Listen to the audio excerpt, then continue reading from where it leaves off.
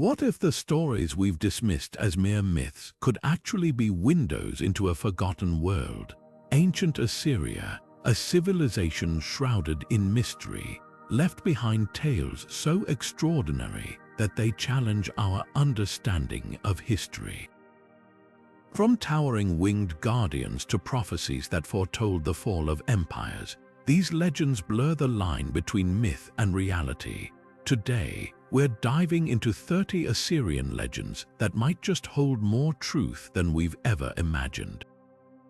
These stories aren't just ancient folklore, they're whispers from a time when gods walked among men, and the impossible seemed within reach. So, are you ready to uncover the secrets of a civilization that shaped the course of history? Stay with us, because by the end of this journey, you might just question everything you thought you knew about the past. Now, let's step into the world of one of humanity's oldest and most enduring tales, the legend of Gilgamesh. This epic, etched into clay tablets thousands of years ago, tells the story of a king who sought to conquer death itself. Gilgamesh, the powerful ruler of Uruk, was both revered and feared for his strength and ambition. But beneath his towering achievements lay a deep yearning, a quest for immortality that would take him to the edges of the known world. Alongside his loyal companion, Enkidu, Gilgamesh faced gods, monsters, and the harsh truths of human existence. At its heart, this legend isn't just about a king's journey, it's a profound exploration of what it means to be human. Themes of mortality, friendship, and the search for meaning resonate as strongly today as they did in ancient times. But here's where it gets fascinating. Some scholars believe Gilgamesh may have been inspired by a real historical figure, a king who ruled over Uruk around 2700 BC. Could this epic be more than just a myth? Could it be a reflection of real events passed down through generations and immortalized in story? As we unravel the layers of this ancient tale, we're left to wonder how much of Gilgamesh's legend is rooted in truth, and what can it teach us about the people who first told it. Stay with us, because the next legend takes us deeper into the mysteries of Assyria, where curses and ancient libraries hold secrets waiting to be uncovered. Now, let's turn our attention to a place where knowledge and mystery collide, the legendary Library of Ashurbanipal in Nineveh. This ancient library, often considered one of the first of its kind, housed tens of thousands of clay tablets filled with everything from epic poetry to scientific knowledge. It was a treasure trove of wisdom, a testament to the intellectual ambition of the Assyrian Empire. But with such grandeur came whispers of a curse. Legend has it that those who sought to misuse or destroy the library would face dire consequences. When Nineveh fell, the library was buried under the ruins, and many believed it was no accident. Some say the destruction was the work of political enemies, while others point to supernatural forces at play. Could the curse have been real, or was it a story born out of fear and reverence for the power of knowledge? As we dig deeper into this legend, we're left to ponder the thin line between myth and history, and whether the library's fate was sealed by human hands or something far more mysterious. Stay with us, because the next legend takes us to the heart of Assyrian symbolism, where winged guardians stand watch over ancient cities. Now, let's step into the realm of symbolism and guardianship as we explore the legendary Lamassu, the awe-inspiring winged bull statues that stood as sentinels over Assyrian cities. These colossal figures, with the body of a bull, the wings of an eagle, and the head of a human, were more than just architectural marvels. They were believed to be powerful protectors. The Lamassu were placed at the entrances of palaces and cities, serving as both physical and spiritual barriers against evil forces. Their imposing presence was meant to intimidate enemies and ward off malevolent spirits, embodying the strength and divine favor of the Assyrian kings. But the Lamassu were not just symbols of protection, they also carried deep spiritual significance. In Assyrian mythology, these creatures were thought to be intermediaries between the human and divine realms, bridging the gap between mortals and the gods. Their hybrid form represented the unity of earthly power and celestial authority, a reminder that the king's rule was sanctioned by the heavens. Some legends even suggest that the Lamassu could come to life, using their immense strength and wings to defend the city in times of crisis. The myths surrounding these winged bulls are as fascinating as their appearance. It was believed that their very gaze could repel evil, and their presence ensured prosperity and stability for the kingdom. Yet, despite their protective powers, the Lamassu were not invincible. When Nineveh fell, these guardians were toppled, their once mighty forms buried under the ruins. Could their destruction have been a sign of divine abandonment, or simply the result of human conquest? As we reflect on the legacy of the Lamassu, we're reminded of the enduring power of symbols and how they continue to captivate our imagination even centuries later. Next, we'll delve into the dramatic tale of Nineveh's fall, where prophecies and omens intertwine with the harsh realities of history. Stay with us as we uncover the legends that foretold the end of an empire. Now, let's turn our attention to one of the most dramatic chapters in Assyrian history, the Fall of Nineveh. This legendary city, once the heart of the Assyrian Empire, met its end in a way that has inspired countless tales of prophecy, divine intervention, and historical intrigue. According to ancient accounts, the downfall of Nineveh was not just a sudden military defeat, but an event foretold by omens and prophecies that seemed to echo the will of the gods themselves. One of the most striking legends surrounding Nineveh's fall comes from the biblical book of Nahum, which describes the city's destruction as a divine punishment for its arrogance and cruelty. The text paints a vivid picture of a once mighty empire brought to its knees, with prophecies warning of its inevitable collapse. But were these prophecies purely religious in nature, or could they have been influenced by real historical events? Historians point to the rise of the Medes and Babylonians as a key factor in Nineveh's downfall. By the 7th century BC, the Assyrian Empire was stretched thin, facing internal strife and external threats. The Medes and Babylonians formed a powerful alliance, launching a coordinated attack that overwhelmed Nineveh's defenses. The city, once thought impregnable, fell in just 3 months, a shocking turn of events that left the ancient world in awe. But the legends go deeper. Some accounts suggest that the Tigris River, which flowed near Nineveh, played a role in the city's fall. It's said that heavy rains caused the river to flood, breaching the city walls and allowing invaders to pour in. This natural disaster, combined with the military assault, created the perfect storm for Nineveh's destruction. Could this have been the omen foretold in prophecies, interpreted as a sign of divine wrath? The fall of Nineveh also raises questions about the role of belief in shaping history. The Assyrians themselves were deeply superstitious, interpreting natural phenomena and dreams as messages from the gods. If the people of Nineveh believed their city was doomed, could that belief have weakened their resolve, making the fall a self-fulfilling prophecy? As we piece together the legends and historical accounts, one thing becomes clear. The fall of Nineveh was not just a military defeat, but a moment that blurred the lines between myth and reality. Whether through divine intervention, natural disaster, or human ambition, the story of Nineveh's downfall continues to captivate us, offering a glimpse into how ancient cultures made sense of their world.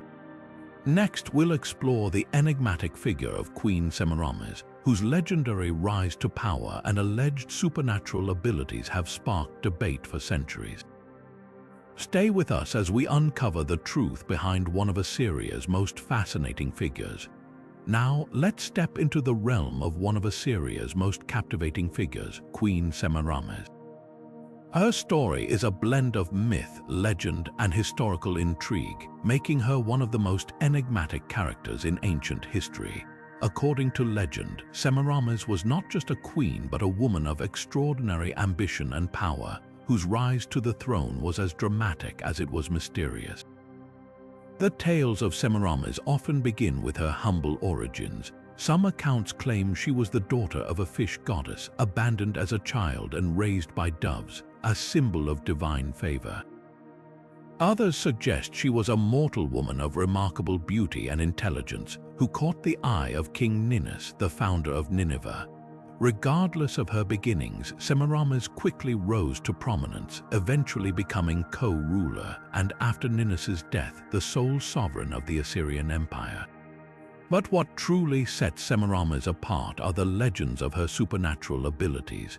She was said to possess extraordinary wisdom, capable of outsmarting her enemies and leading her armies to victory. Some stories even claim she had the power to control the elements, using storms and floods to her advantage in battle. These tales, while fantastical, may have roots in her reputation as a brilliant strategist and a charismatic leader who inspired both fear and admiration. Historians have long debated whether Semiramis was a real historical figure or a composite of multiple queens and rulers. Some believe she may have been based on Shamiramat, a powerful Assyrian queen who ruled in the 9th century BC. Shamiramat was one of the few women to wield significant political power in the ancient world, and her reign marked a period of stability and expansion for the empire. Could the legends of Semiramis have been inspired by her achievements, embellished over time to include supernatural elements? Another intriguing aspect of Semiramis's story is her connection to the Hanging Gardens of Babylon. While the gardens are traditionally attributed to King Nebuchadnezzar, some ancient sources suggest they were built by Semiramis as a testament to her greatness. This claim, though disputed, highlights how her legend became intertwined with some of the most iconic wonders of the ancient world. As we explore the myths and historical accounts surrounding Semiramis, it's clear that her story is more than just a tale of power and ambition. It's a reflection of how ancient cultures viewed leadership, gender, and the divine. Whether she was a real queen or a legendary figure, Semiramis continues to fascinate us, offering a glimpse into the complexities of Assyrian history and mythology. Next, we'll delve into the Assyrian connection to one of the most famous biblical stories, the Tower of Babel. Stay with us as we uncover how Assyrian ziggurats might have inspired this enduring legend. Now, let's turn our attention to one of the most iconic stories in human history, the Tower of Babel. This biblical tale, found in the book of Genesis, tells of humanity's attempt to build a tower so high it would reach the heavens, only to be thwarted by divine intervention. But what if this story wasn't just a moral lesson? What if it was inspired by real structures from the ancient world, particularly the towering ziggurats of Assyria? The Assyrian ziggurats were massive step temples, often built as tributes to the gods and symbols of a city's power and devotion. These structures, with their towering heights and intricate designs, were engineering marvels of their time. The most famous of these was the Etemenanke ziggurat in Babylon, which some scholars believe could have been the inspiration for the Tower of Babel. Standing at the heart of the city, this ziggurat was dedicated to the god Marduk and was said to reach toward the heavens, much like the tower described in the biblical story. The parallels between the ziggurats and the Tower of Babel are striking. Both were built as symbols of human ambition and devotion, and both were intended to connect the earthly realm with the divine. The biblical narrative, however, adds a layer of caution, portraying the tower as an act of hubris that led to humanity's division through the confusion of languages. This moral lesson may have been influenced by the awe and fear that ziggurats inspired in ancient societies, as well as the cultural and linguistic diversity of the Assyrian Empire. Interestingly, the construction of ziggurats was no small feat. These structures required vast resources, skilled labor, and advanced engineering techniques. The process of building them was often seen as a communal effort, uniting people under a shared purpose. Yet, the sheer scale of these projects could also have been seen as overreaching, a theme that resonates with the Tower of Babel's cautionary tale. Some historians suggest that the biblical story may have been a critique of Assyrian power and ambition, reflecting the tensions between the Israelites and their Mesopotamian neighbors. By framing the ziggurats as symbols of human arrogance, the story of the Tower of Babel could have served as a warning against the dangers of unchecked ambition and the pursuit of glory. As we explore the connection between the Assyrian ziggurats and the Tower of Babel, it's fascinating to see how myth and history intertwine. These towering structures, whether seen as acts of devotion or symbols of hubris, continue to capture our imagination, offering a glimpse into the beliefs and values of ancient civilizations. Next, we'll uncover the chilling legend of Pazuzu, the Assyrian demon of the wind, and explore how this fearsome figure was both a bringer of destruction and a protector against evil. Stay with us as we delve into the darker side of Assyrian mythology. Now, let's step into the shadowy realm of Assyrian mythology, where the winds themselves were believed to carry both danger and protection. Enter Pazuzu, the fearsome demon of the wind, a figure who embodied the duality of destruction and defense. Known for his grotesque appearance, often depicted with a snarling face, wings, and a scorpion's tail, Pazuzu was a force to be reckoned with in the ancient world. Pazuzu's role in Assyrian mythology was complex. On one hand, he was seen as a bringer of chaos, capable of unleashing storms, droughts, and plagues. His very name struck fear into the hearts of those who heard it, as he was believed to command the destructive power of the wind. Yet, paradoxically, Pazuzu was also invoked as a protector. Amulets bearing his image were worn to ward off other evil spirits, particularly the malevolent Lamassu, a demoness who preyed on mothers and newborns. In this way, Pazuzu became a paradoxical figure, a demon who could both harm and heal depending on how he was approached. The belief in Pazuzu's dual nature reflects the Assyrians' understanding of the natural world as a place of balance. Just as the wind could bring life-giving rain or devastating storms, Pazuzu represented the unpredictable forces that shaped their lives. His amulets, often inscribed with prayers or incantations, were not just symbols of fear but also tools of empowerment, allowing people to harness his power for their own protection. Interestingly, Pazuzu's influence extended beyond Assyria. His image and mythology spread across Mesopotamia, and even today, he remains one of the most recognizable figures from ancient demonology. Modern audiences might recognize him from popular culture, where he has been reimagined as a symbol of ultimate evil. Yet, in his original context, Pazuzu was far more nuanced, a reminder that even the most fearsome forces could serve a purpose in maintaining the balance of the world. As we explore the legend of Pazuzu, it's fascinating to see how the ancient Assyrians navigated the complexities of good and evil, destruction and protection. This demon of the wind, with his terrifying visage and paradoxical powers, offers a glimpse into a world where even the darkest forces had their place. Next, we'll turn our attention to one of the most debated wonders of the ancient world, the Hanging Gardens of Babylon. Were they a real marvel of engineering or a legend born from the imagination of ancient storytellers? Join us as we unravel the mystery. Now, let's shift our focus to one of the most captivating mysteries of the ancient world, the Hanging Gardens of Babylon.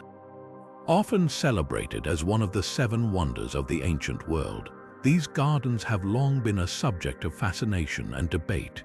But here's where things get intriguing. Some historians and archaeologists argue that the Hanging Gardens might not have been in Babylon at all. Instead, they suggest that these lush, terraced gardens could have been located in Assyria, specifically in the city of Nineveh. The legend of the Hanging Gardens is steeped in romantic tales. According to ancient accounts, they were built by King Nebuchadnezzar II of Babylon as a gift to his wife, Queen Semiramis, who missed the green hills of her homeland.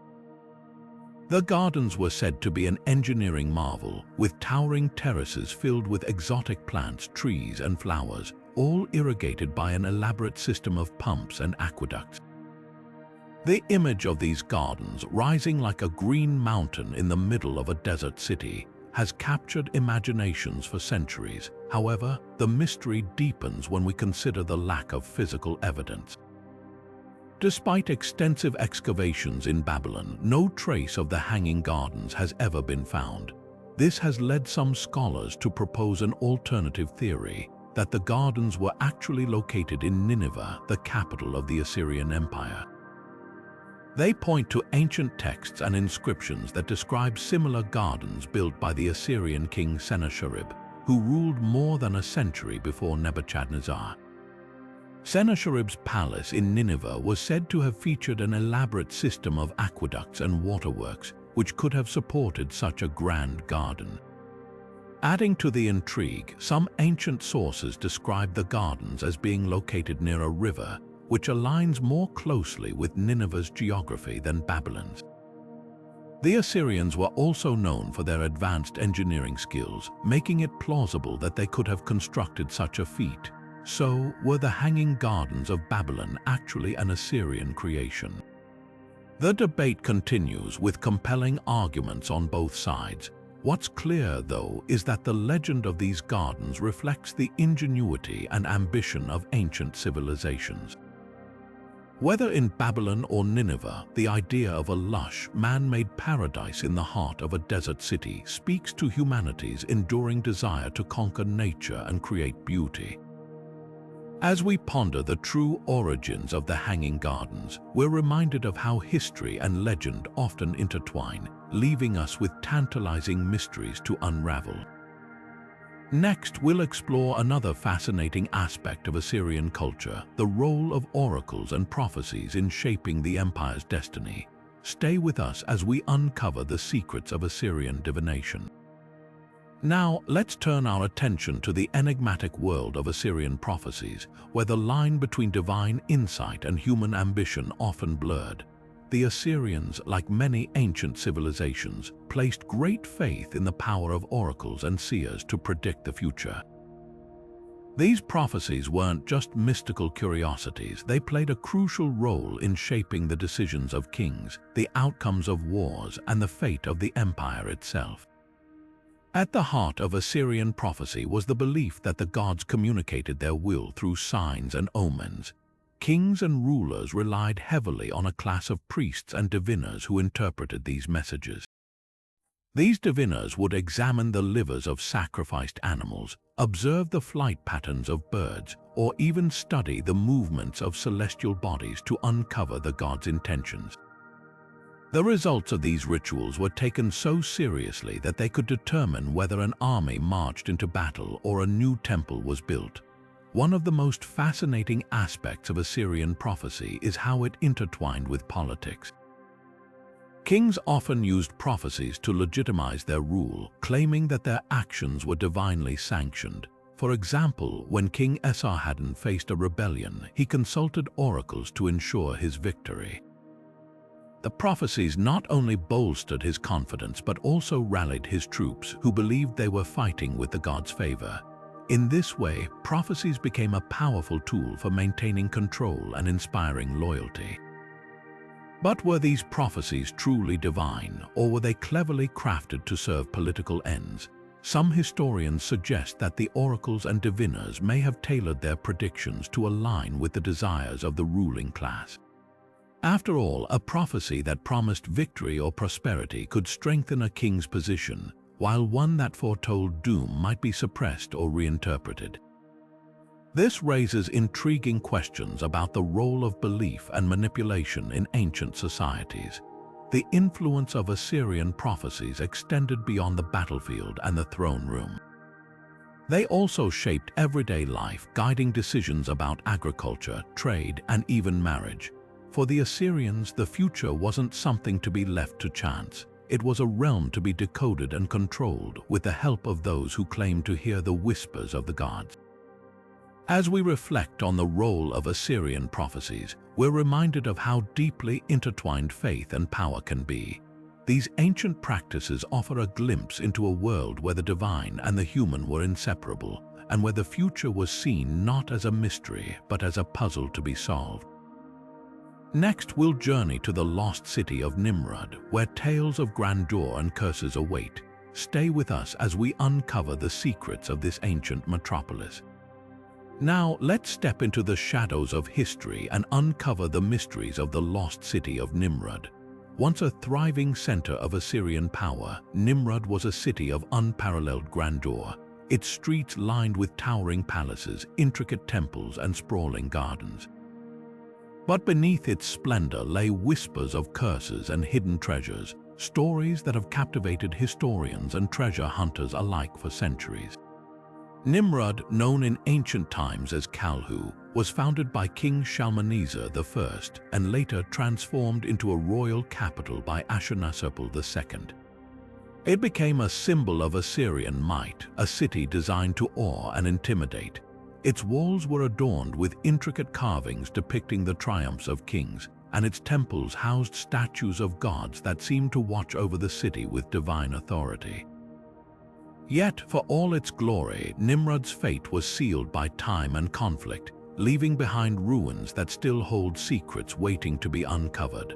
Among the most intriguing legends surrounding Nimrud are the tales of curses said to protect its treasures. According to ancient accounts, the city's riches were guarded not just by soldiers but by supernatural forces. Stories tell of explorers and looters who, upon disturbing the tombs or temples, met with strange misfortunes, illnesses, accidents, or even madness. While some dismiss these tales as mere superstition, others wonder if there might be a grain of truth to the idea that the city's treasures were protected by more than just human hands. One of the most famous discoveries in Nimrud was the tomb of Queen Yoba, where archaeologists found a trove of gold, jewelry, and artifacts. But even this remarkable find was accompanied by eerie stories. Some claim that those who first entered the tomb experienced unexplained phenomena, from sudden chills to the sound of whispers in empty chambers. Whether these accounts are rooted in fact or fear, they add an air of mystery to the city's legacy. The fall of Nimrud itself is shrouded in legend. While historians attribute its decline to invasions and the shifting tides of empire, some ancient texts suggest that the city's downfall was foretold by omens and curses. These stories paint a picture of a city that, despite its power, could not escape the whims of fate. As we explore the myths of Nimrud, we're reminded of how history and legend often intertwine. The city's grandeur and its curses serve as a testament to the enduring allure of the ancient world, where the line between reality and myth is often blurred. Next, we'll dive into the Assyrian flood myth, a tale that echoes across cultures and raises questions about humanity's oldest stories. Stay with us as we uncover the truth behind the waters that once reshaped the world. Now, let's turn our attention to one of the most enduring legends of the ancient world, the Assyrian flood myth. This tale, which echoes across cultures and civilizations, tells of a great deluge that reshaped the earth and tested the resilience of humanity. But what makes this story so fascinating is how it intertwines with other flood narratives, like the Epic of Gilgamesh and the biblical story of Noah's Ark, raising questions about shared origins and historical truths. The Assyrian flood myth, as recorded in ancient texts, centers around a figure named Utnapishtim, who is warned by the gods of an impending catastrophe.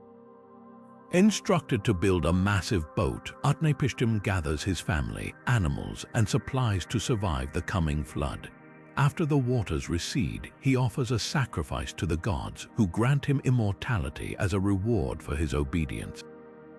Sound familiar? This story bears striking similarities to the tale of Noah, suggesting a common thread that may have been passed down through generations. But the connections don't end there. The Epic of Gilgamesh, one of the oldest known pieces of literature, also features a flood narrative with Utnapishtim as its central figure. In this version, the hero Gilgamesh seeks out Utnapishtim to learn the secret of eternal life, only to be told the story of the Great Flood. These parallels have led scholars to speculate about a shared historical event, perhaps a catastrophic flood that left a lasting impression on the collective memory of ancient civilizations. So, could there be a historical basis for these flood myths? Some researchers point to geological evidence of massive flooding in Mesopotamia around 5,000 years ago, which may have inspired these stories. Others suggest that the tales could be symbolic, representing themes of renewal, divine judgment, or humanity's relationship with the natural world. Whatever the case, the flood myths of Assyria, Gilgamesh, and Noah continue to captivate us, offering a glimpse into how ancient cultures made sense of their world. As we reflect on these stories, we're reminded of the power of myth to transcend time and culture. Whether rooted in historical events or born from the imagination, these tales remind us of humanity's shared experiences and the enduring quest to understand our place in the universe. Next, we'll explore the legendary rise of Sargon of Akkad, a figure whose story shaped the course of Assyrian history. Stay with us as we uncover the man behind the myth. Now, shifting our focus to another towering figure in ancient history, we come to the legendary rise of Sargon of Akkad. Often regarded as one of the first great empire builders, Sargon's story is a blend of myth and historical intrigue, offering a fascinating glimpse into how legends can shape the identity of a civilization. Born in humble circumstances, Sargon's tale begins with a dramatic twist. He was said to have been placed in a reed basket and set adrift on a river, a narrative that echoes the story of Moses centuries later. Rescued and raised by a gardener, Sargon's rise to power was nothing short of extraordinary. Sargon's conquests laid the foundation for the Akkadian Empire, the first multi-ethnic empire in recorded history. His reign marked a turning point in Mesopotamian history, as he unified the city-states of Sumer and expanded his territory through military prowess and strategic alliances. But beyond his political achievements, Sargon's story became a cornerstone of Assyrian mythology. The Assyrians, who saw themselves as heirs to the Akkadian legacy, revered Sargon as a model of leadership and divine favor. One of the most intriguing aspects of Sargon's legend is how it intertwines with themes of destiny and divine intervention. According to myth, the goddess Ishtar herself blessed Sargon, granting him the strength and wisdom to overcome his enemies. This divine connection not only elevated Sargon's status but also reinforced the idea that great leaders were chosen by the gods, a belief that would deeply influence Assyrian kingship. But how much of Sargon's story is rooted in historical fact and how much is myth? While archaeological evidence confirms the existence of the Akkadian Empire, the details of Sargon's life remain shrouded in legend. Some scholars suggest that his story may have been embellished over time, serving as a powerful tool to legitimize the rule of later Assyrian kings. By claiming descent from Sargon, these rulers could assert their divine right to govern and inspire loyalty among their subjects. As we explore the legend of Sargon of Akkad, we're reminded of the enduring power of storytelling to shape history and culture. Whether as a historical figure or a mythical hero, Sargon's legacy continues to captivate us, offering insights into the values and aspirations of the ancient world. Next, we'll delve into the celestial realm with the Assyrian star myths, where the heavens themselves hold the key to understanding human destiny. Stay with us as we uncover the mysteries written in the stars. Now let's turn our gaze upward to the night sky, where the ancient Assyrians saw not just stars, but divine messages and cosmic forces shaping their world. The Assyrian star myths are a captivating blend of astronomy and mythology, revealing how this civilization viewed the heavens as a mirror of earthly events. For the Assyrians, the stars were far more than distant lights. They were powerful omens guiding the fate of kings, empires, and everyday lives. At the heart of Assyrian astronomy was the belief that the movements of celestial bodies directly influenced human affairs. Kings and priests closely observed the skies, interpreting eclipses, comets, and planetary alignments as signs from the gods. These celestial events were thought to foretell everything from military victories to natural disasters, and the Assyrians developed sophisticated methods to track and predict them. The practice of astrology was deeply intertwined with their religious and political systems, as rulers sought to align their actions with the will of the gods as revealed in the stars. One of the most fascinating aspects of Assyrian star myths is their connection to the gods themselves. The Assyrians believed that each planet and constellation was associated with a specific deity. For example, the planet Venus was linked to Ishtar, the goddess of love and war, while the moon was tied to Sin, the god of wisdom and time. These celestial deities were thought to wield immense power, and their movements were seen as direct communications from the divine realm. The Assyrians also held a profound reverence for the zodiac, which they used to map the heavens and interpret the influence of the stars on human destiny. Each zodiac sign was believed to govern different aspects of life, from agriculture to warfare, and astrologers played a crucial role in advising kings on matters of state. The alignment of stars at a person's birth was thought to determine their character and fate, a belief that resonates with modern astrology but was deeply rooted in the spiritual worldview of the ancient Assyrians. But what makes these star myths so compelling is how they reflect the Assyrians' broader understanding of the universe. They saw the cosmos as a vast, interconnected system where the divine and the mortal were in constant dialogue. The stars were not just distant objects but active participants in the unfolding of history, shaping the rise and fall of empires and the lives of individuals. As we explore these celestial legends, we're reminded of humanity's enduring fascination with the night sky. The Assyrian star myths offer a window into how ancient cultures sought to make sense of the world around them, finding meaning and guidance in the patterns of the stars. Next, we'll uncover the mysteries surrounding the black obelisk of Shalmaneser III and the curses said to protect its secrets. Stay with us as we journey deeper into the enigmatic world of Assyrian legends. Now, let's step into the shadowy realm of curses and ancient artifacts, where the black obelisk of Shalmaneser III stands as one of Assyria's most enigmatic treasures. This towering monument, carved with intricate reliefs and inscriptions, is not just a testament to the power of an Assyrian king. It's also shrouded in legends of curses and divine retribution. The black obelisk, discovered in the ancient city of Nimrud, is a masterpiece of Assyrian artistry. It depicts scenes of tribute from conquered nations, showcasing the might and reach of Shalmaneser III's empire.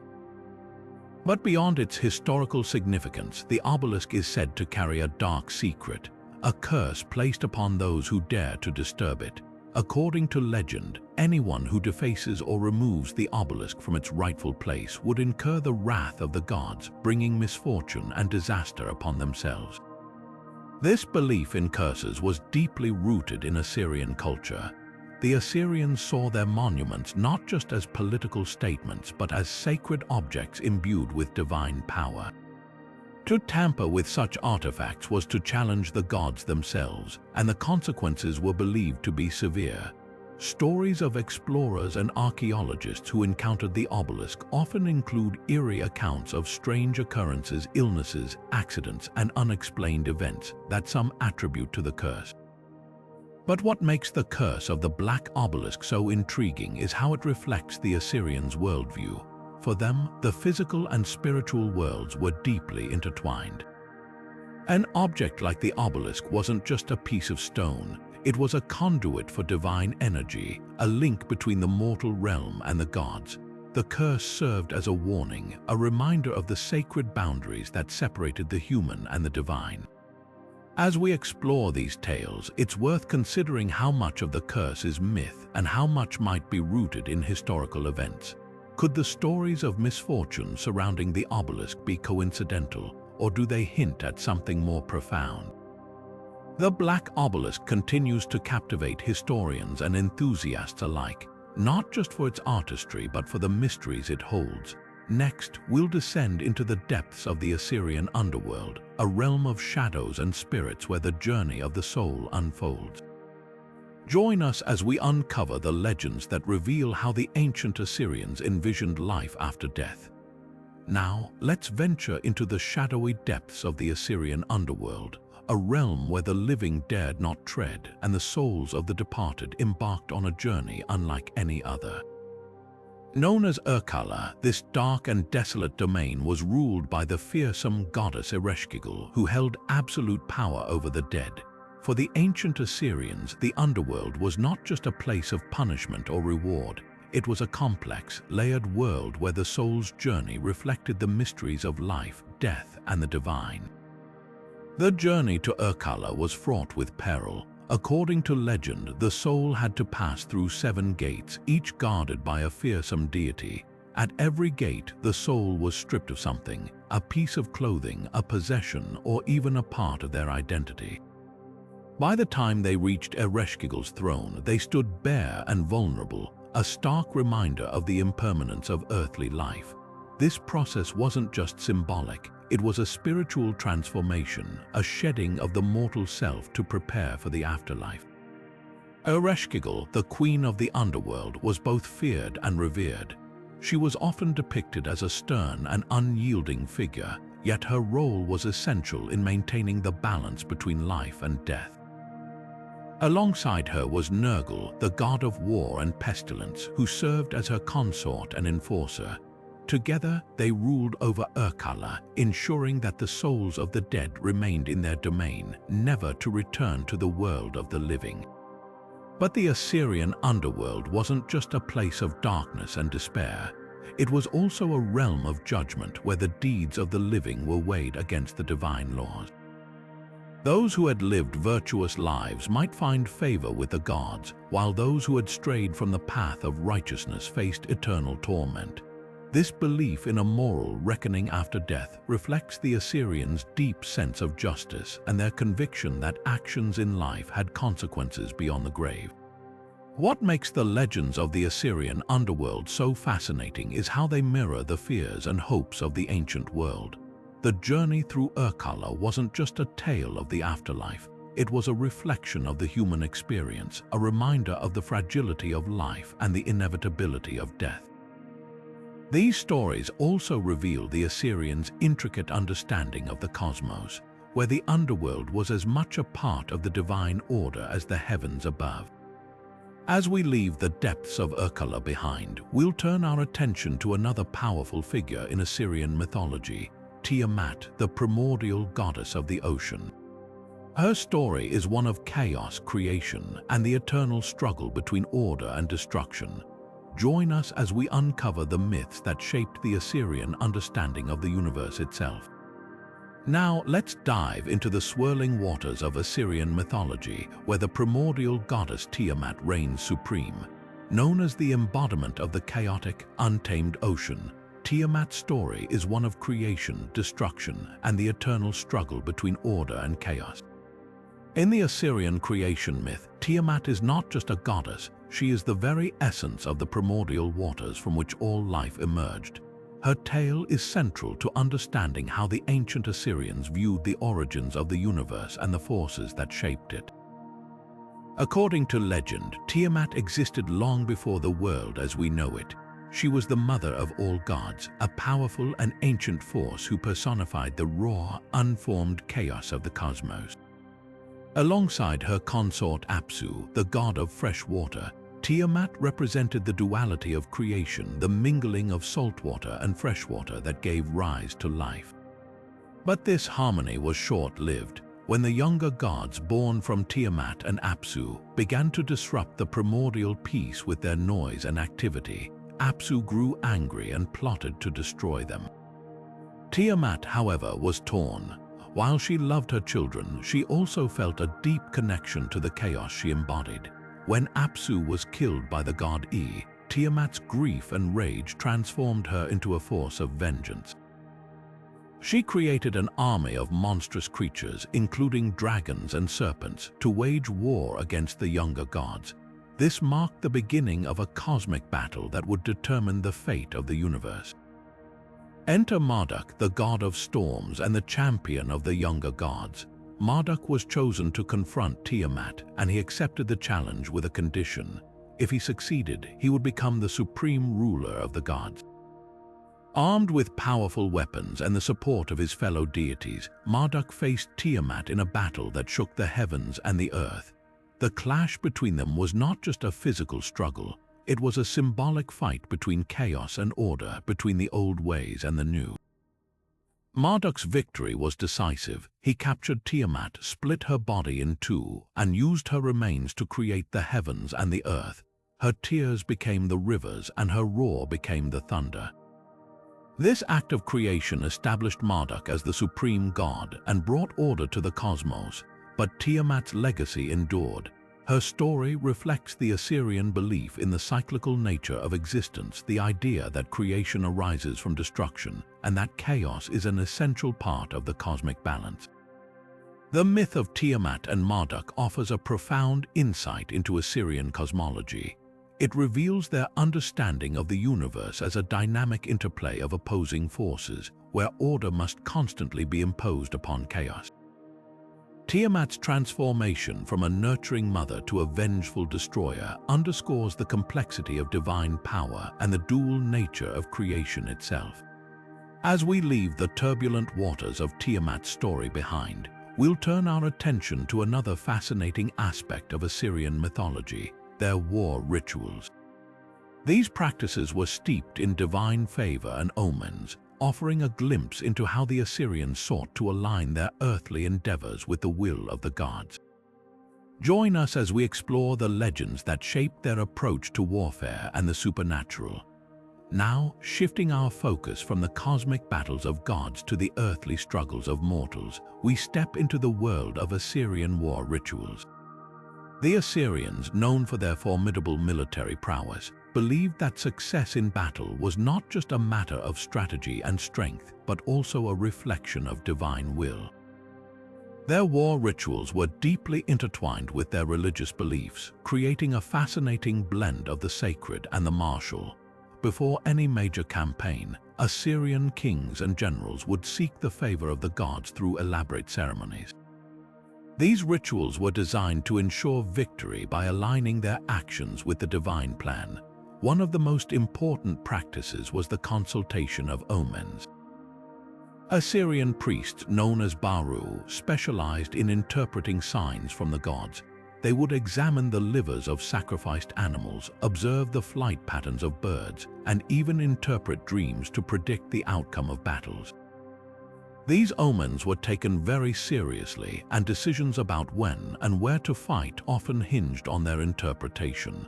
The Assyrians also believed that their gods actively participated in warfare. Deities like Ashur, the chief god of the Assyrian pantheon, were seen as protectors and champions of the empire. Before heading into battle, soldiers would carry symbols of these gods into the field, believing that their presence would bring divine favor and protection. Temples dedicated to war gods were filled with offerings, and prayers for victory were a constant part of military life. Another intriguing aspect of Assyrian war rituals was the use of psychological warfare. The Assyrians were masters of intimidation, and their rituals often included public displays of power designed to demoralize their enemies. For example, before a battle, they might parade captured prisoners or display the severed heads of defeated foes as a warning to those who dared to resist. These acts were not just about instilling fear. They were also seen as offerings to the gods, a way of demonstrating loyalty and securing their continued support.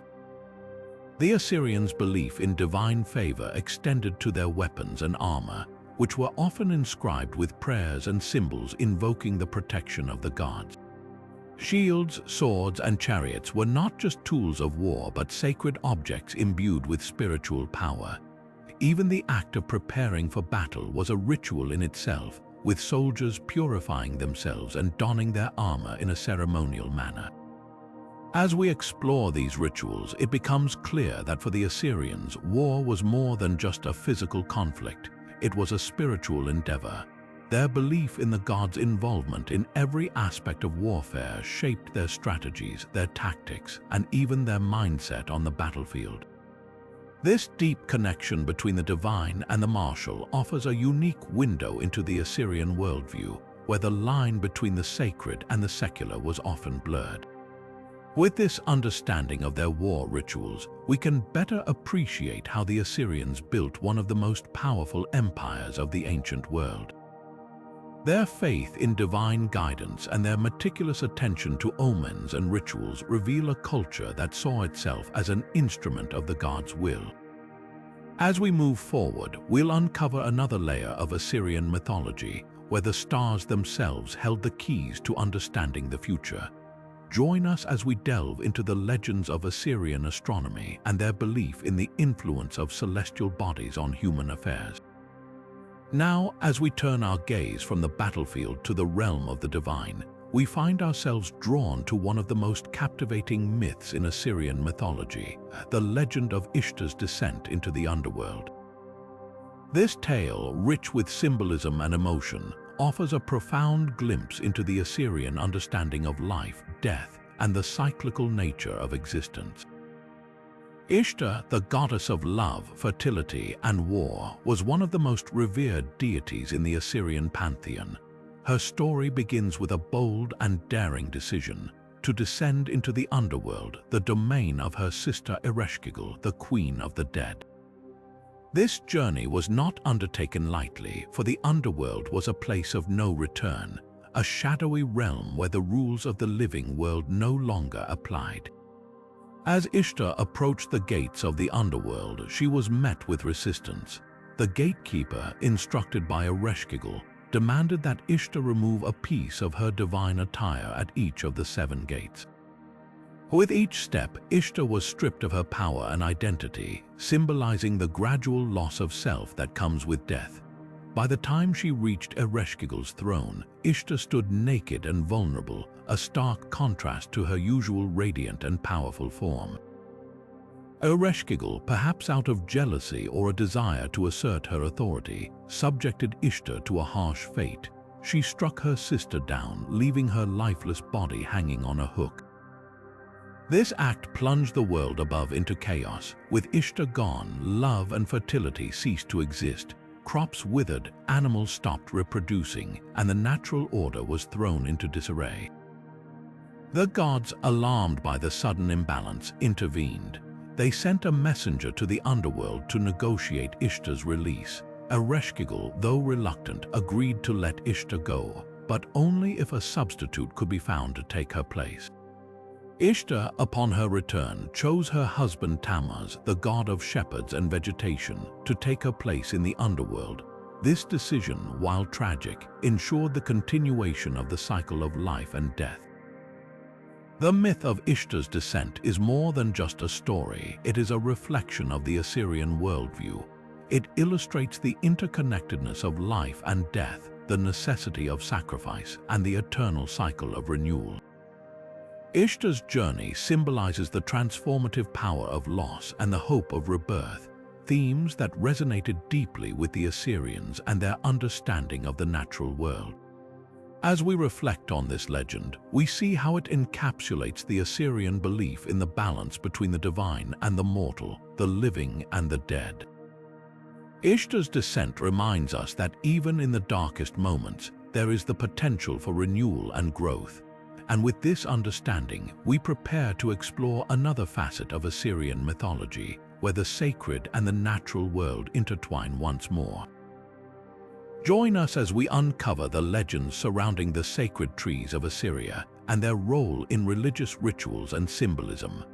Now, as we step into the realm of the natural world intertwined with the divine, we find ourselves surrounded by the towering presence of sacred trees, revered by the ancient Assyrians as symbols of life, wisdom, and connection to the gods. These trees were not merely part of the landscape, they were living embodiments of the sacred, playing a central role in religious rituals and mythological narratives. In Assyrian mythology, sacred trees were often depicted as bridges between the earthly and the divine. They were believed to be conduits of divine energy, places where the gods could communicate with humanity. One of the most prominent examples is the Tree of Life, a recurring symbol in Assyrian art and literature. This tree, with its intricate branches and lush foliage, represented the interconnectedness of all living things and the eternal cycle of life, death, and rebirth. The Assyrians saw these trees as more than just symbols. They were active participants in their spiritual practices. Sacred groves were often the sites of important rituals, where priests and worshippers would gather to offer prayers, sacrifices, and libations. These ceremonies were believed to strengthen the bond between the human and divine realms, ensuring the favor of the gods and the continued prosperity of the community. One particularly fascinating legend tells of a sacred tree that stood at the center of the world, its roots reaching deep into the underworld and its branches stretching high into the heavens. This tree was said to be guarded by divine beings who protected it from harm and ensured its vitality. The Assyrians believed that the health of this tree directly influenced the well-being of the world. If the tree flourished, so too would the land and its people, but if it withered, chaos and suffering would follow. The symbolism of sacred trees extended beyond their physical presence. They were often depicted in Assyrian art, carved into palace walls and temple reliefs, serving as reminders of the divine order and the sacredness of nature. These depictions frequently included scenes of kings and priests tending to the trees, emphasizing their role as intermediaries between the gods and humanity. The reverence for sacred trees also found its way into Assyrian cosmology. Some myths describe the creation of the world as beginning with the planting of a divine tree from which all life sprang. This idea reflects the Assyrian belief in the generative power of nature and the divine forces that sustain it.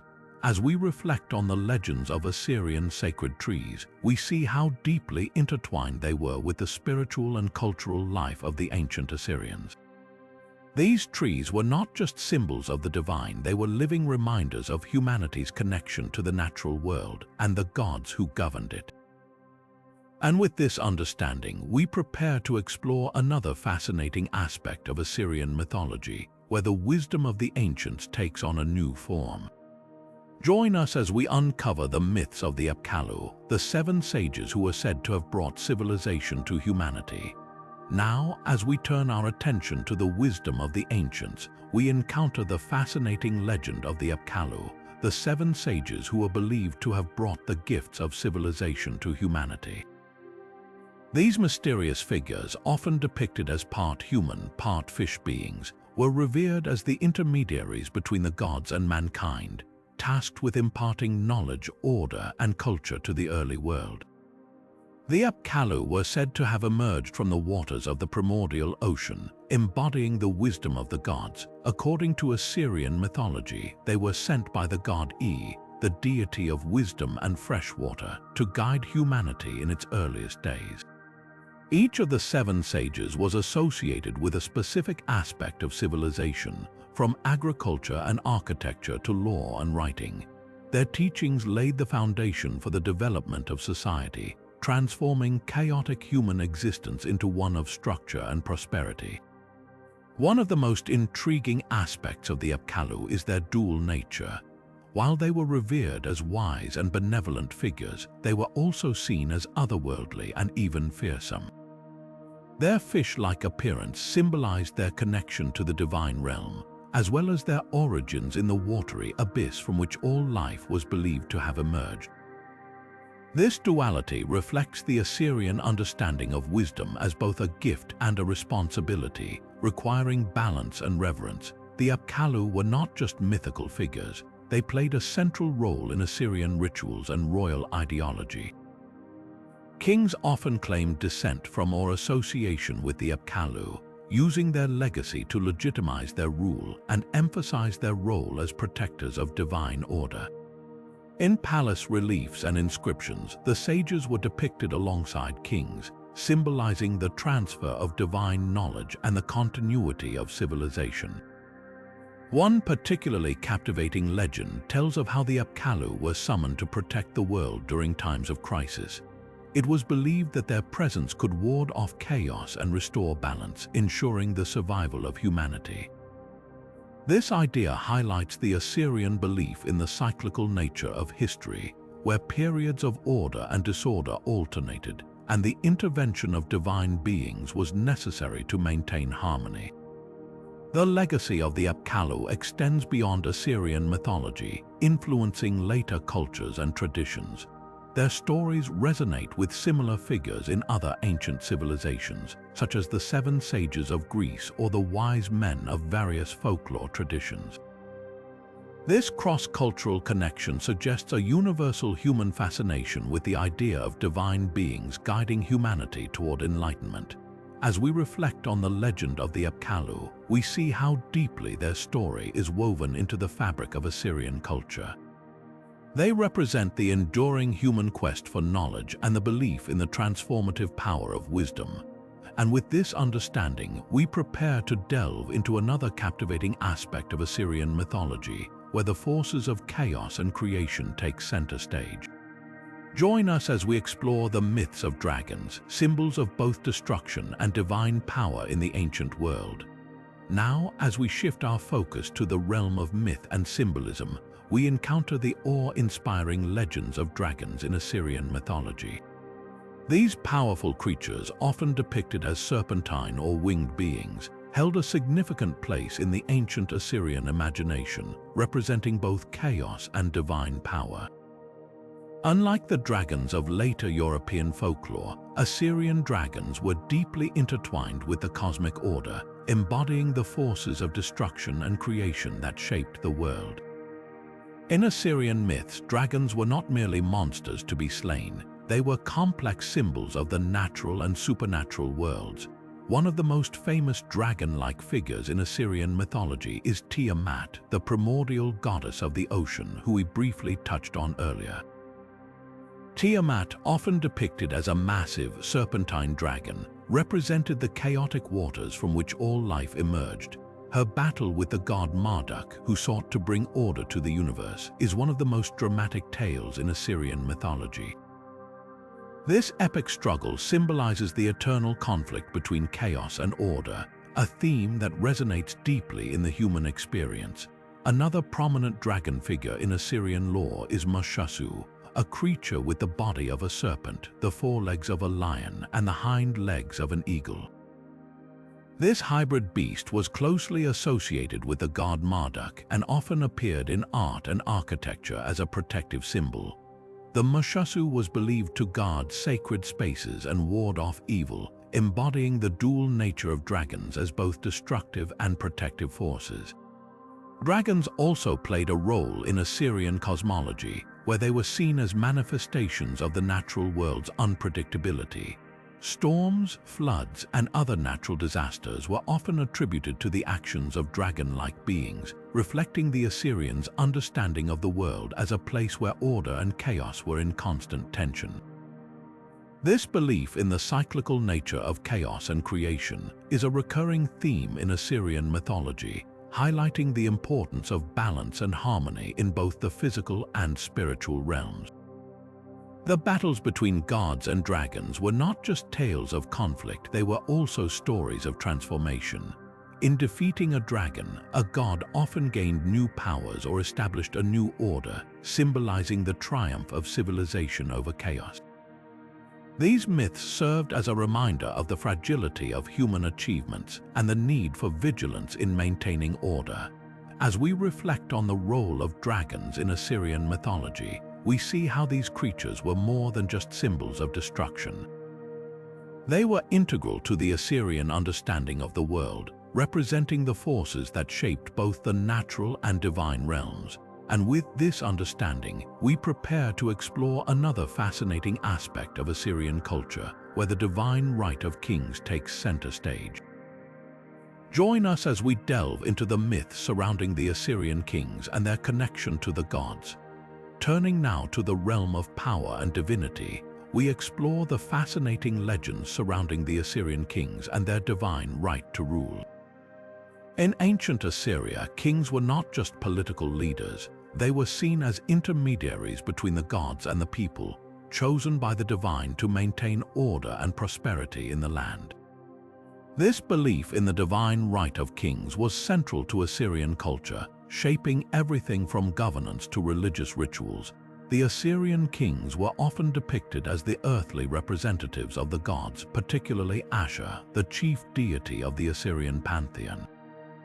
Ashur was believed to have granted the king his authority, and in return, the king was expected to uphold justice, protect the kingdom, and ensure the favor of the gods. This sacred bond between the king and the divine was reinforced through elaborate coronation ceremonies, where the king would receive symbols of power, such as the scepter and the crown, directly from the priests of Ashur. One of the most striking aspects of this divine connection was the belief that the king's actions directly influenced the fate of the kingdom. If the king ruled justly and performed the required rituals, the gods would bless the land with abundance and victory in battle. However, if the king failed in his duties, the gods might withdraw their favor, leading to famine, disease, or defeat. This belief placed immense responsibility on the shoulders of the Assyrian kings, who were seen as both rulers and spiritual guardians of their people. The divine right of kings was also reflected in the art and architecture of Assyria. Royal palaces were adorned with reliefs depicting the king in the presence of the gods, often receiving their blessings or guidance. These images served as a constant reminder of the king's sacred role and reinforced the idea that his authority was divinely ordained. Even in times of war, the king was portrayed as a warrior chosen by the gods to lead his people to victory, further cementing his status as a divinely appointed leader. But the connection between the Assyrian kings and the gods went beyond mere symbolism. Kings were often involved in religious rituals, acting as high priests in ceremonies meant to secure the favor of the gods. They would offer sacrifices, lead processions, and even participate in rituals that reenacted the creation of the world, symbolizing their role in maintaining cosmic order. These practices not only legitimized the king's rule, but also reinforced the idea that the stability of the kingdom depended on his ability to maintain a harmonious relationship with the divine. As we consider the myths surrounding the Assyrian kings, it becomes clear that their divine right to rule was more than just a political tool. It was a deeply held belief that shaped every aspect of Assyrian society. The king's connection to the gods was a source of both power and responsibility, reminding us of the intricate relationship between leadership, faith, and the human desire for order in an unpredictable world. With this understanding of the divine right of kings, we now turn our attention to another cornerstone of Assyrian mythology, the creation story that laid the foundation for their understanding of the universe. Join us as we delve into the Assyrian creation myth and explore how the gods brought order out of chaos. Now, let's journey back to the very beginning, the moment when the world itself was born. The Assyrian creation myth offers a fascinating glimpse into how this ancient civilization understood the origins of the universe, blending divine power, cosmic battles, and the emergence of order from chaos. At the heart of this story is the struggle between the forces of creation and destruction, a theme that resonates deeply in many ancient cultures. The Assyrian creation myth centers around the god Marduk, who rises to prominence as the ultimate creator and ruler of the cosmos. But before Marduk's triumph, the universe was a chaotic, formless void, ruled by the primordial goddess Tiamat, who represented the untamed waters of creation. Tiamat, often depicted as a monstrous serpent or dragon, embodied the raw, unshaped energy of the cosmos. Alongside her was Apsu, the god of freshwater, who together with Tiamat represented the primal forces of nature. However, the younger gods, born from the union of Tiamat and Apsu, began to disrupt the primordial stillness with their noise and activity. This disturbance angered Apsu, who plotted to destroy them. But before he could act, the god E, one of the younger deities, discovered the plan and struck first, defeating Apsu and establishing his own dominion over the waters. This act of rebellion set the stage for a greater conflict as Tiamat, enraged by the death of her consort, vowed to avenge him. Tiamat created an army of monstrous creatures, led by her new consort, Kingu, to wage war against the younger gods. Faced with this terrifying threat, the gods turned to Marduk, a powerful and ambitious deity, to lead them in battle. Marduk agreed, but only on the condition that he would be granted supreme authority over the gods if he succeeded. With their consent, Marduk prepared for the ultimate confrontation. The battle between Marduk and Tiamat was epic, a clash of cosmic proportions. Marduk, armed with powerful weapons and divine favor, faced Tiamat in a duel that would determine the fate of the universe. Using his cunning and strength, Marduk defeated Tiamat, splitting her body in two to create the heavens and the earth. From her eyes, he formed the Tigris and Euphrates rivers, and from her remains, he fashioned the stars, the moon, and the sun. This act of creation brought order to the chaos, establishing the foundations of the world as the Assyrians knew it. But Marduk's work was not yet done. To maintain this new order, he created humanity from the blood of Kingu, Tiamat's defeated consort. Humans were tasked with serving the gods, ensuring that the divine order would endure. This act not only explained the origins of humanity, but also reinforced the idea that humans were intrinsically connected to the gods, bound by a sacred duty to uphold the balance of the cosmos. The Assyrian creation myth is more than just a story, it's a reflection of their worldview, emphasizing the themes of order, hierarchy, and the divine right to rule. It also highlights the importance of Marduk as a central figure in Assyrian mythology, embodying the ideals of leadership, strength, and the triumph of order over chaos. As we reflect on this myth, we can see how it shaped the Assyrian understanding of their place in the universe. The creation story not only explained the origins of the world, but also reinforced the divine authority of their kings, who, like Marduk, were seen as protectors of order and stability. With the foundations of the universe now laid, we turn our attention to another intriguing figure in Assyrian mythology, the enigmatic Sphinx, a guardian of sacred spaces and a symbol of divine protection. Join us as we uncover the mysteries surrounding the Assyrian Sphinx and its role in their spiritual and cultural life. Now, let's shift our focus to a figure that stands as both a protector and a mystery, the Assyrian Sphinx. This legendary creature, often depicted with the body of a lion and the head of a human, played a crucial role in the spiritual and cultural life of ancient Assyria. Unlike the more familiar Egyptian Sphinx, the Assyrian Sphinx carried its own unique symbolism and purpose, deeply rooted in the beliefs of this ancient civilization. The Assyrian Sphinx was not merely a decorative figure but a powerful guardian, believed to protect sacred spaces such as temples, palaces, and other significant sites. These sphinxes were often placed at entrances or thresholds, serving as sentinels that warded off evil spirits and malevolent forces. Their imposing presence was meant to inspire awe and reverence, reminding all who approached of the divine power that watched over these spaces. One of the most fascinating aspects of the Assyrian Sphinx is its dual nature, combining the strength and ferocity of a lion with the wisdom and intelligence of a human. The Sphinx symbolized the balance between physical power and intellectual prowess. This duality reflected the Assyrian ideal of a ruler, someone who was both a fierce warrior and a wise leader, capable of protecting and guiding their people. The Sphinx also held a deeper spiritual significance. In Assyrian mythology, it was often associated with the gods, particularly those who were seen as protectors of order and justice.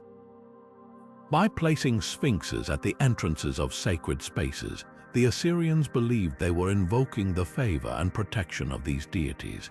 The Sphinx, therefore, became a bridge between the human and divine realms, a tangible representation of the gods' presence on earth. Interestingly, the Assyrian Sphinx was sometimes depicted with wings, adding another layer of symbolism. These winged sphinxes were thought to possess the ability to travel between the earthly and celestial realms, further emphasizing their role as intermediaries between humans and the divine.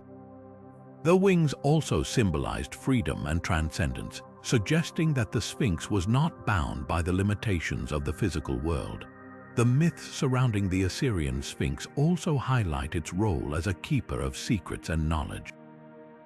In some stories, the Sphinx is portrayed as a riddler, challenging those who seek to enter sacred spaces to prove their worthiness. This aspect of the Sphinx reflects the Assyrian belief in the importance of wisdom and the idea that true power comes from understanding and insight. As we explore the legend of the Assyrian Sphinx, it's clear that this creature was far more than a mythical beast. It was a symbol of protection, wisdom, and divine authority, embodying the values and beliefs of the Assyrian people. The Sphinx served as a reminder of the sacred connection between the earthly and the divine, a connection that was central to their understanding of the world. With the mysteries of the Sphinx now unveiled, we turn our attention to another celestial figure in Assyrian mythology, the moon god Sin, whose influence extended far beyond the night sky. Join us as we uncover the legends surrounding this enigmatic deity and his role in shaping Assyrian religion and daily life. Now, as we step into the realm of celestial deities, we encounter Sin, the Assyrian moon god, whose presence illuminated both the night sky and the spiritual lives of the ancient Assyrians. Revered as one of the most important gods in their pantheon, Sin was not just a symbol of the moon but a powerful force that shaped their understanding of time, nature, and the divine. Sin's influence extended far beyond his role as a celestial body. In Assyrian mythology, he was often depicted as a wise and benevolent deity, embodying the cyclical nature of life. The waxing and waning of the moon were seen as reflections of his power over the passage of time, fertility, and the rhythms of the natural world. Farmers, for instance, relied on the lunar calendar to determine the best times for planting and harvesting, making Sin a central figure in their agricultural practices. But Sin's significance didn't stop there. He was also deeply connected to the concept of order and stability. The Assyrians believed that the moon's predictable cycles represented divine harmony, and Sin was seen as a guardian of this cosmic balance. Temples dedicated to him, such as the famous temple in the city of Haran, served as centers of worship and learning, where priests studied the movements of the moon to interpret his will. One of the most intriguing aspects of Sin's mythology is his role as a father figure. He was often portrayed as the father of other major deities, including Shamash, the sun god, and Ishtar, the goddess of love and war. This familial connection reinforced his importance in the divine hierarchy and highlighted his role as a source of wisdom and guidance for both gods and humans alike. The moon god's influence also extended into the realm of dreams and omens. The Assyrians believed that Sin had the power to send messages through dreams, offering insights or warnings about the future. Priests and seers would interpret these lunar omens, using them to guide decisions in matters of state, warfare, and personal life. This belief in Sin's prophetic abilities further cemented his status as a bridge between the mortal and divine worlds. Interestingly, Sin's worship was not confined to the elite or the priesthood. Ordinary people also sought his favor, offering prayers and sacrifices to ensure his blessings. Amulets and inscriptions invoking his name have been found in homes and public spaces, showing how deeply his presence permeated everyday life.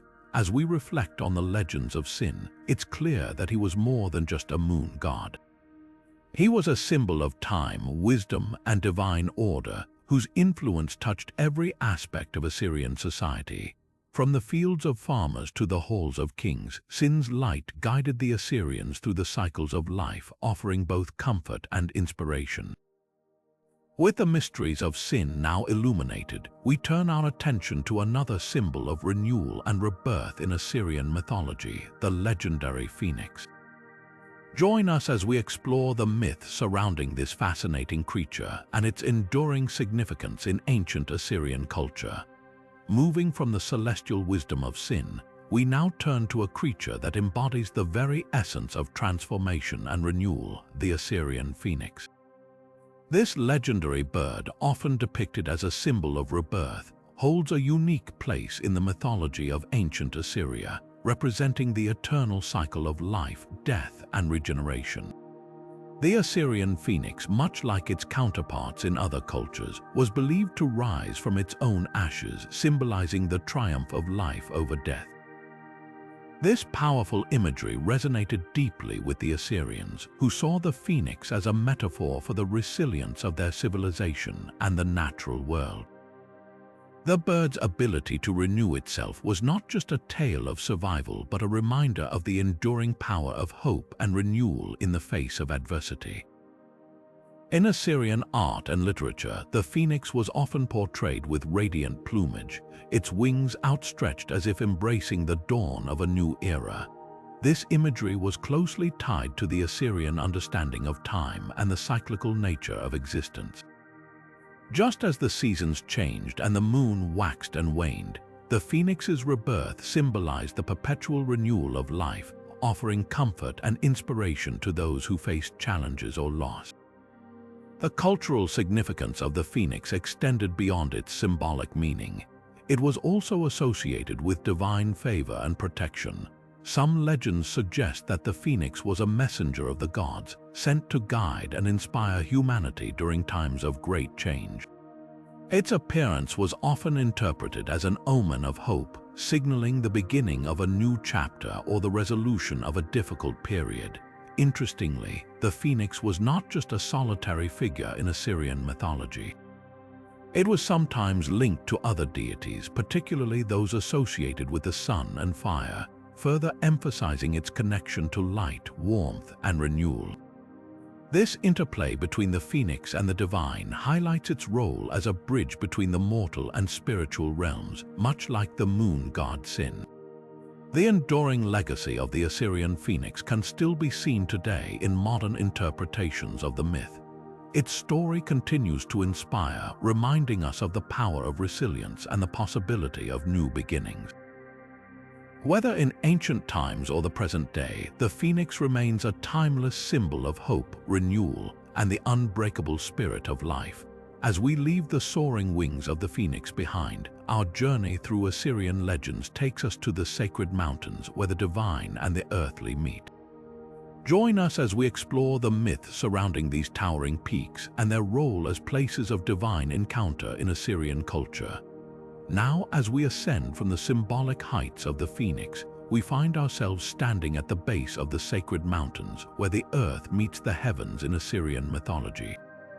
These towering peaks were not just physical landmarks but spiritual gateways, believed to be the dwelling places of the gods and the sites of profound divine encounters.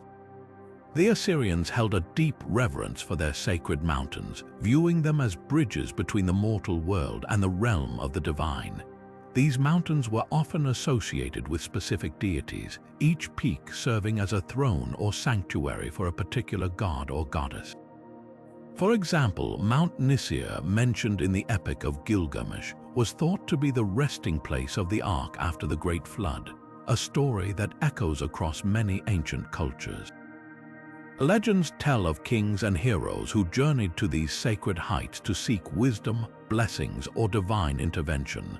These pilgrimages were not just physical journeys but spiritual quests, undertaken to gain favor from the gods or to receive guidance in times of crisis. The act of climbing the mountain itself was seen as a metaphor for the soul's ascent toward enlightenment and communion with the divine. The sacred mountains were also places of ritual and worship. Temples and altars were often built on their slopes or summits, where priests and worshippers would offer sacrifices and prayers. The air at these heights was believed to be purer, closer to the gods, making it an ideal setting for sacred ceremonies. The Assyrians saw these rituals as essential for maintaining harmony between the human and divine realms, ensuring the favor of the gods and the prosperity of their civilization. One of the most intriguing aspects of these sacred mountains is their role in Assyrian cosmology. They were often depicted as the pillars that held up the sky, anchoring the heavens to the earth. This imagery reinforced their status as central points of connection between the two realms, places where the boundaries between the mortal and the divine blurred. The legends surrounding these mountains also highlight their protective nature. Many stories describe how the gods used the mountains as shields or fortresses, guarding their sanctuaries from evil forces. This protective symbolism extended to the Assyrian people, who believed that the mountains themselves were imbued with divine power, offering safety and strength to those who honored them. Even today, the legacy of the Assyrian sacred mountains endures. Their stories remind us of humanity's timeless quest to connect with something greater than ourselves, to seek meaning and purpose in the natural world. As we leave these majestic peaks behind, our journey through Assyrian legends takes us to the stars, where the myths of the Assyrian zodiac await. Join us as we explore how the ancient Assyrians looked to the heavens for guidance and inspiration. Turning our gaze from the sacred mountains to the vast expanse above, we now find ourselves immersed in the celestial wonders of the Assyrian zodiac.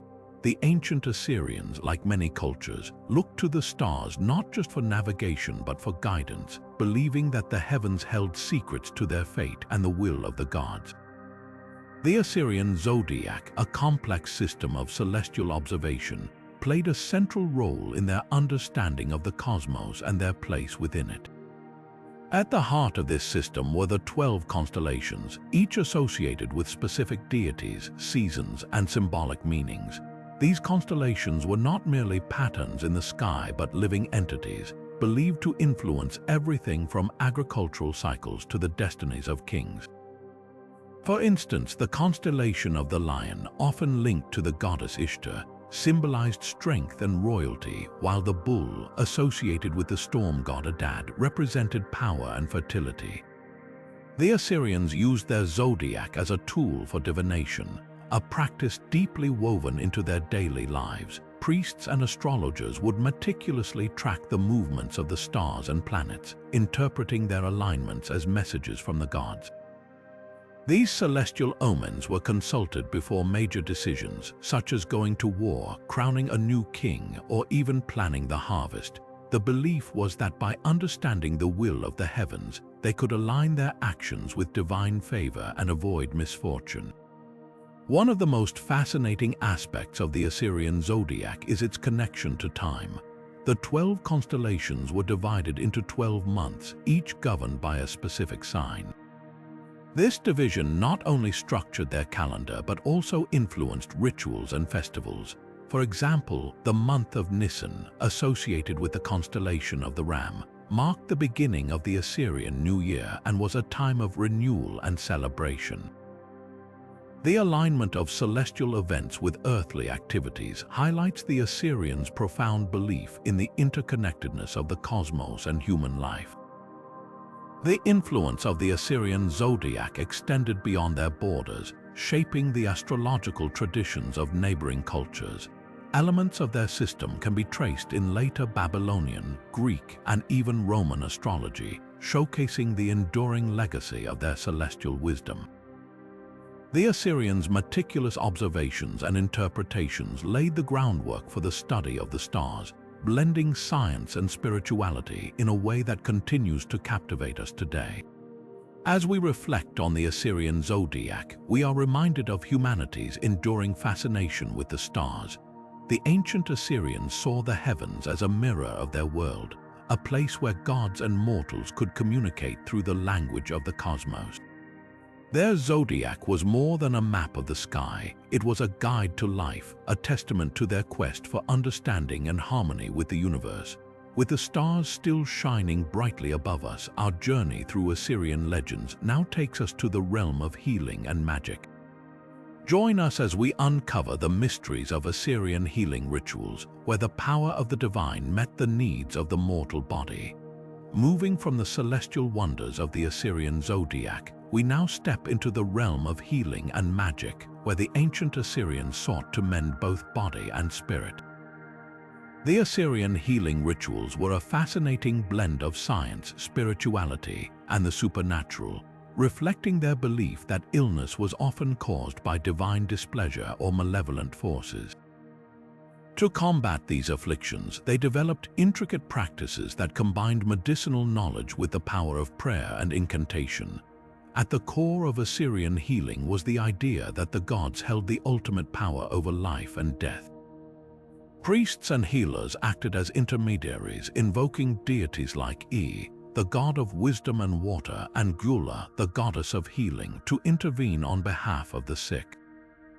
These rituals often began with purification ceremonies, where the patient was cleansed with water or smoke to remove any spiritual impurities. This act of purification was believed to prepare the body to receive divine healing. One of the most intriguing aspects of Assyrian healing was the use of magical incantations.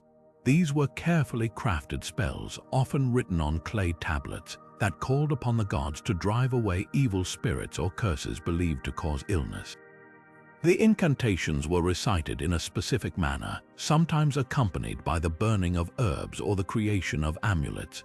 For example, a common practice involved creating a small figurine representing the illness or demon, which was then destroyed or buried to symbolically rid the patient of their affliction. Herbal remedies also played a significant role in Assyrian medicine. Healers used a variety of plants and natural substances to treat physical ailments, often combining them with magical rituals.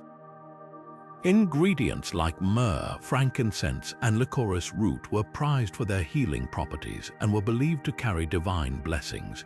These remedies were administered in various forms, such as teas, ointments, or poultices, and were sometimes accompanied by prayers to enhance their effectiveness. The Assyrians also believed in the power of dreams as a means of diagnosis and healing. Patients would sleep in sacred spaces, such as temples, in the hope that the gods would reveal the cause of their illness or provide guidance for treatment through dreams. These dream interpretations were taken very seriously, and healers would often adjust their treatments based on the messages received. What makes Assyrian healing rituals particularly fascinating is their holistic approach. They did not separate the physical from the spiritual. Instead, they viewed health as a balance between the two. This perspective allowed them to address not just the symptoms of illness, but also its perceived spiritual causes, creating a comprehensive system of care that was ahead of its time.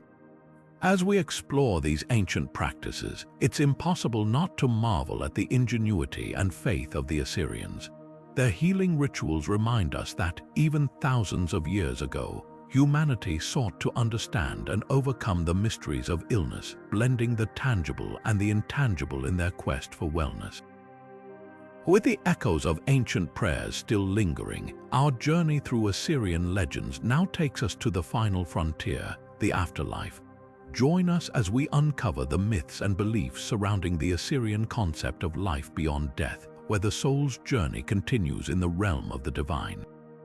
As we leave behind the world of healing and step into the realm of the eternal, the Assyrian concept of the afterlife unfolds as a captivating blend of mystery, spirituality, and divine justice. For the ancient Assyrians, death was not an end but a transition, a journey into a world where the soul faced judgment and, depending on its deeds, either found peace or endured suffering. This belief in an afterlife was deeply intertwined with their understanding of morality, the divine, and the cosmic order. At the heart of Assyrian afterlife beliefs was the idea that the soul embarked on a perilous journey to the underworld known as Urkala. This realm was ruled by the goddess Ereshkigal and her consort Nergal, deities who presided over the dead with both authority and impartiality. The journey to Urkala was fraught with challenges as the soul had to navigate through 7 gates, each guarded by fearsome beings. At every gate, the soul was stripped of a piece of its earthly identity, symbolizing the shedding of worldly attachments. Once the soul reached Urkala, it faced judgment. The Assyrians believed that the deeds of the deceased were weighed by the gods, with the righteous rewarded and the wicked punished. Those who had lived virtuous lives were granted a place of rest and comfort, where they could reunite with their ancestors and enjoy the favor of the gods. However, those who had committed evil deeds were condemned to a bleak existence, often depicted as a dark, desolate place where hunger, thirst, and suffering were eternal. Interestingly, the Assyrians also believed that the living could influence the fate of the deceased. Rituals and offerings such as food, drink, and prayers were performed to ensure that the dead were cared for in the afterlife. These acts of remembrance were seen as essential as they provided the deceased with the sustenance and support needed to navigate the challenges of Urkala. The Assyrian afterlife was not just a place of reward or punishment, it was also a reflection of their worldview. It emphasized the importance of living a life in harmony with divine laws and societal norms as the consequences of one's actions extended beyond death. This belief system served as both a moral guide and a source of comfort, offering the promise of justice and continuity in the face of life's uncertainties. As we reflect on the Assyrian vision of the afterlife, we are reminded of humanity's enduring quest to understand what lies beyond the veil of death. Their myths and rituals reveal a profound connection between the living and the dead, as well as a belief in the enduring power of the soul. With this final legend, our exploration of Assyrian myths comes to a close. These 30 legends, each rich with history and meaning, offer us a glimpse into the beliefs, values, and imagination of one of the ancient world's most fascinating civilizations. As we ponder their stories, we are left to wonder how much of these legends might hold a kernel of truth. What other mysteries of the past are waiting to be uncovered? Thank you for joining us on this journey through the legends of ancient Assyria. If you enjoyed this exploration, don't forget to like, subscribe, and hit the notification bell for more deep dives into history's greatest mysteries. Until next time, keep questioning, keep exploring, and keep uncovering the stories that shape our world. As we bring our journey through the legends of ancient Assyria to a close, it's worth reflecting on the incredible depth and richness of these stories. From the epic tales of Gilgamesh to the mysterious rituals surrounding the Assyrian afterlife, each legend offers a unique window into the beliefs, values, and imagination of one of history's most influential civilizations. These stories are more than just myths. They are a testament to the enduring human desire to make sense of the world, to connect with the divine, and to leave a lasting legacy. The 30 legends we've explored today reveal a civilization deeply rooted in spirituality, morality, and a profound respect for the forces of nature and the cosmos. Whether it's the protective power of the Lamassu, the prophetic visions of Assyrian oracles, or the symbolic journey of the soul through the underworld, these narratives reflect a worldview that sought to balance the earthly and the divine. They remind us that the ancient Assyrians were not just conquerors and builders, but also thinkers, dreamers, and storytellers. What makes these legends even more fascinating is the possibility that they might hold kernels of truth. Could the flood myths have been inspired by real natural disasters? Might the tales of divine kings and powerful queens have been based on historical figures? While we may never know for certain, these stories invite us to consider how myth and history often intertwine, shaping our understanding of the past and our place in the world. As we conclude, I encourage you to think about these legends not just as ancient tales, but as living stories that continue to resonate with us today. What lessons can we draw from the Assyrian quest for immortality, their reverence for the divine, or their belief in justice beyond death? How do these stories challenge or inspire your own understanding of history and humanity? Thank you for joining me on this exploration of Assyrian legends.